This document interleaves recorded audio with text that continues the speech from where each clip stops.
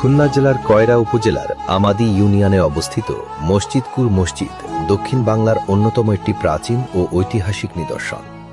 এটি মূলত সুলতানি আমলের স্থাপত্যশৈলীর এক অনন্য উদাহরণ।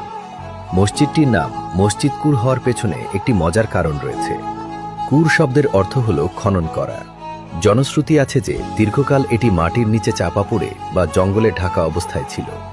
পরবর্তীতে স্থানীয়রা জঙ্গল পরিষ্কার করতে গিয়ে মাটির নিচ থেকে এটি খুঁড়ে বের করেন বলে এর নাম হয়েছে মসজিদকুর।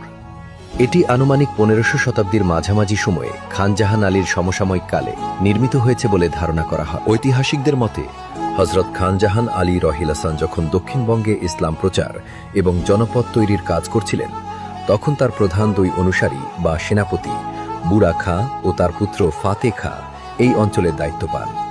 ধারণা করা হয় তাদের মাধ্যমেই এই এলাকায় মসজিদকুর মসজিদ এবং এর পাশের প্রাচীন দিঘিগুলো খনন করা হয়েছিল।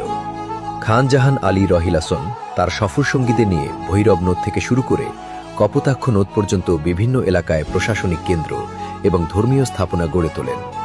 মসজিদকুর যেহেতু কপোতাক্ষ নদের তীরে অবস্থিত, তাই এটি তার সেই ইসলাম প্রচার ও জনকল্যাণ অভিযানেরই একটি অংশ হিসেবে বিবেচিত হয়।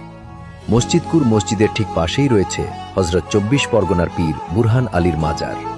অনেকে মনে করেন এরা সবাই খান জাহান আলীর সমসাময়িক ছিলেন এবং একই লক্ষ্য নিয়ে এই দুর্গম সুন্দরবন উপকূলীয় এলাকায় বসতি স্থাপন করেছিলেন। এলাকার মানুষের কাছে এটি অত্যন্ত পবিত্র একটি স্থান। এটি কেবল একটি উপাসনালয় নয়, বরং ওই অঞ্চলের প্রাচীন সমৃদ্ধ সভ্যতার একটি প্রমাণ।